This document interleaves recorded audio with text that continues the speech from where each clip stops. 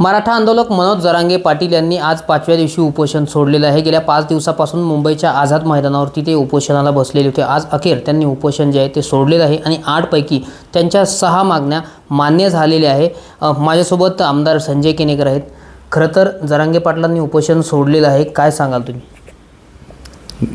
देवाच्या दरबारात न्याय मिळतो हे एकदा परत सिद्ध झालं आहे आणि त्यानुसारच बाप तो बाप है, अकेला देवेंद्र ही सिद्ध कर सकता है। मराठा समाजाला न्याय देण्याची ताकद फक्त माननीय या राज्याचे मुख्यमंत्री, संवेदनशील, अभ्यासू आणि कणखर मुख्यमंत्री देवेंद्रजी फडणवीस यांनी परत एकदा मराठा समाजाला न्याय मिळवून दिला। आणि म्हणूनच यामध्ये जय शिव्या शाप आत्तापर्यंत दुसरे राजकीय पक्षाच्या नेत्यांनी दिली, त्यांना एकदा दाखवून दिलं की शिव्या शापाला इतिहास थारा देत नाही, कर्तृत्वाला इतिहास नोंद करतो। आणि म्हणूनच येणाऱ्या काळात 50 वर्षानंतर मराठा समाजाला सातत्याने न्याय देणारं व्यक्तिमत्व म्हणून इतिहासामध्ये सुवर्णाक्षराने माननीय या राज्याचे मुख्यमंत्री देवेंद्रजी फडणवीस यांचं नाव कोरलं जाणार आहे आणि त्याचा अभिमान आम्हा सर्व कार्यकर्त्यांना आहे। खरं तर महाराष्ट्र एका मोठ्या गंभीर स्वरूपाच्या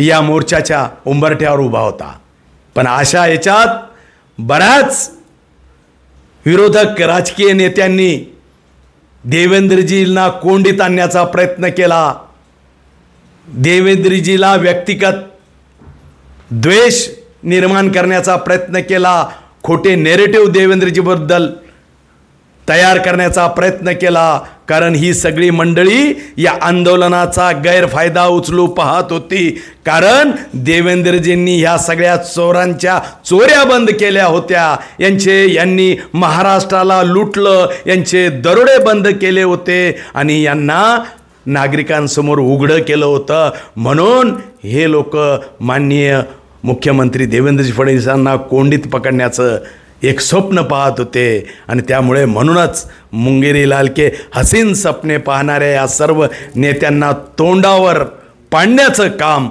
या राज्याच्या कणखर मुख्यमंत्र्यांनी करून दाखवलं। आणि निश्चितच हे फक्त देवेंद्रजी करू शकता आणि त्यामुळं एक अकेला देवेंद्र क्या नहीं कर सकता परत हे सिद्ध करून दाखवलं। खरं तर काही दिवसापूर्वी तुम्ही सुद्धा असं म्हणाले होते की विरोधक सुद्धा तोंडावर पडतील, मग हीच का ती वेळ विरोधकांना तोंडावर पडण्याची? खरं तर या आरक्षणाच्या मोर्चाचा फायदा कोणी कोणी नाही घेतला। आपली भूमिका तर स्पष्ट केली नाही, सहानुभूतीसाठी समर्थनासाठी म्हणून जरांगे पाटलांना भेटायचं, पण भूमिका स्पष्ट करायची नाही, कारण बदल्याची भावना, द्वेषाची भावना मुख्यमंत्री देवेंद्रजीबद्दल डोक्यात यांच्या होती आणि म्हणून या आंदोलनाचा गैरफायदा घेण्याचा प्रयत्न बऱ्याच राजकीय नेत्यांनी केला।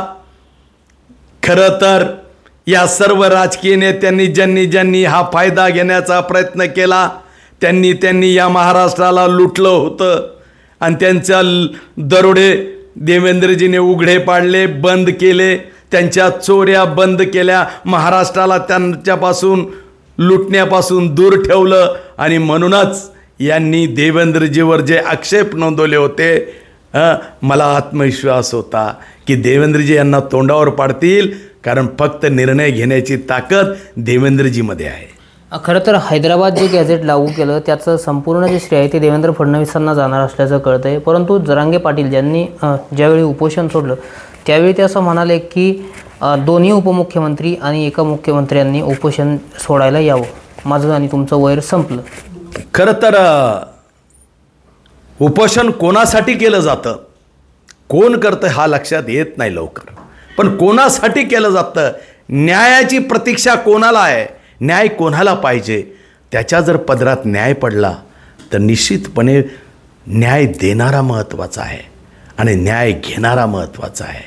आणि त्यामुळे न्याय मागण्याची प्रक्रिया तर ही एक पारंपरिक लोकशाही दृष्टिकोनातून चालूच आहे, पण इतिहासात न्याय मिळालेल्या लोकांचं नाव आणि न्याय देणाऱ्या नेत्याचं नाव हे इतिहास लक्षात ठेवतं. मग यावरून असं म्हणता येईल का की आरक्षणाचा जो सकारात्मक निर्णय आहे तो मुख्यमंत्र्यांनी घेतला, काय वाटतं तुम्हाला? या आरक्षणाचा निर्णय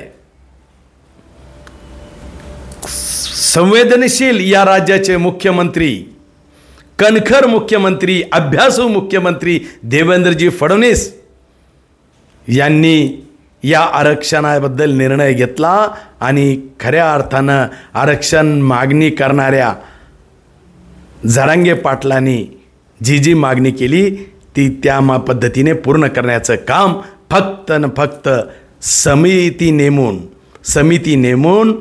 समितीला अभ्यासाला कामाला लावून त्या समितीने घेतलेल्या निर्णयाला खऱ्या अर्थानं पाठिंबा दर्शवून आणि त्या मान्यता देऊन, कारण समितीने मुख्यमंत्र्याचा मान्यता घेतल्याशिवाय निर्णय होत नाही आणि त्यामुळे या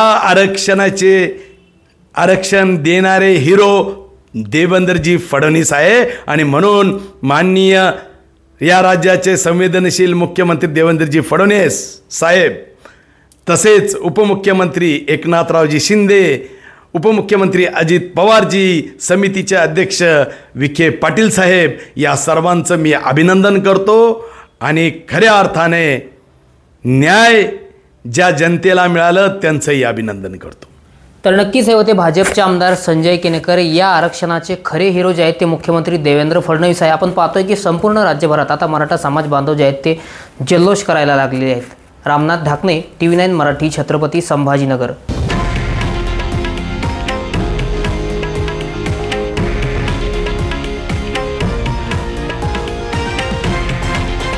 हे आहे देशातील नंबर 1 न्यूज नेटवर्क आणि आपण पाहत आहात TV9 मराठी, एकमेव.